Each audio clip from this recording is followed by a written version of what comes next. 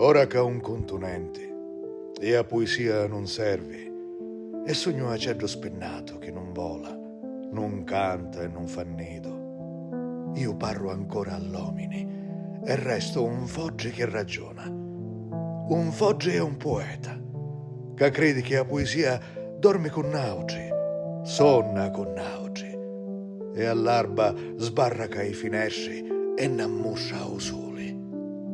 Un fogge e un poeta, che crede che a poesia non navi occhi e ne vidi, non navi mano e ne tocca, non navi fuoco e ne quadia, che è fuori e dentro di nuauci, peggi e carne di l'uomo. Un fogge e un poeta, che credi che a poesia non è pane limusinato, ma pane di tutti, e con ni mancia, campa contenti, e con unni mancia, resta affamato, e qua panza voncia di feli.